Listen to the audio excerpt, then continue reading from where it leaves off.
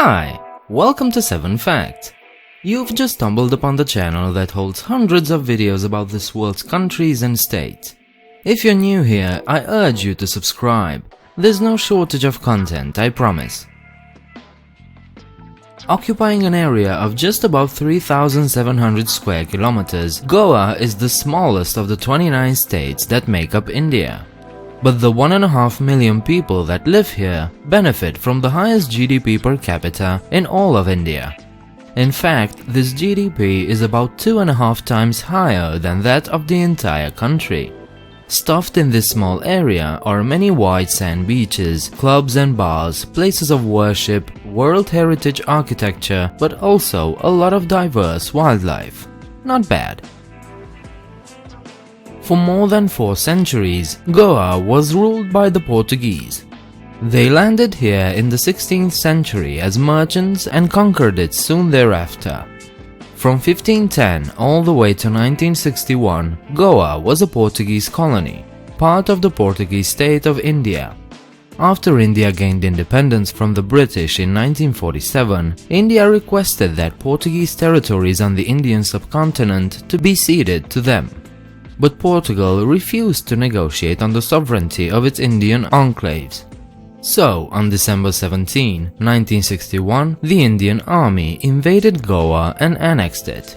When they received news of the fall of Goa, the Portuguese government formally severed all diplomatic links with India and refused to recognize the incorporation of the seized territories into the Indian Republic.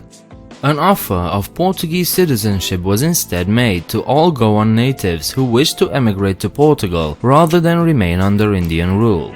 This is still in effect for every Goan born before 1961.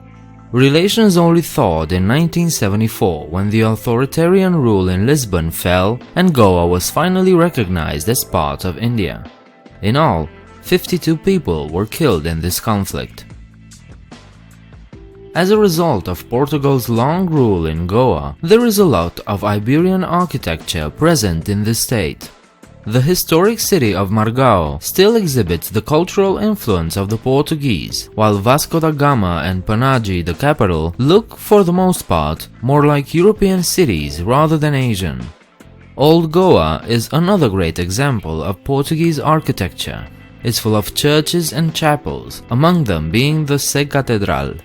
This is one of the largest cathedrals in Asia and is still the seat of the Archdiocese of Goa and Daman.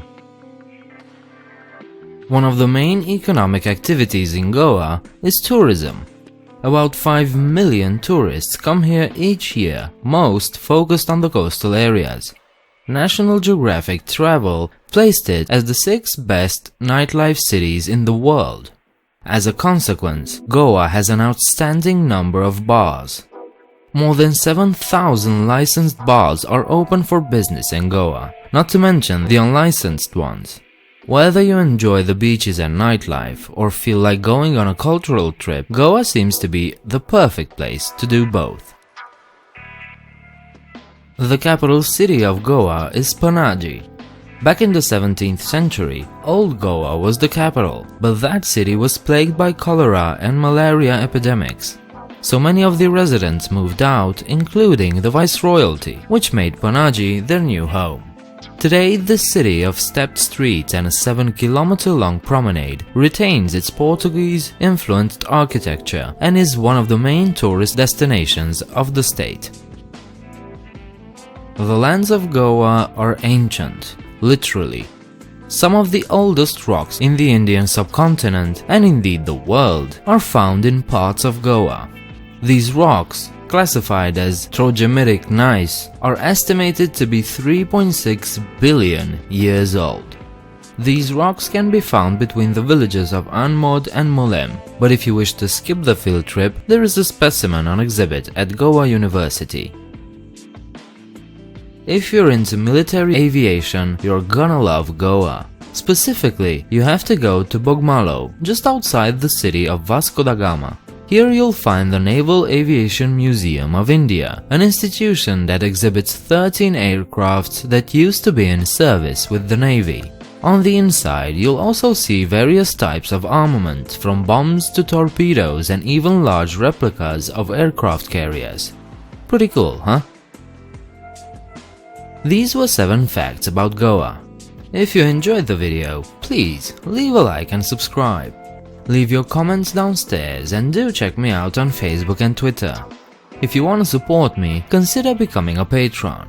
You'll find the link in the description. I hope to see you next time. Bye.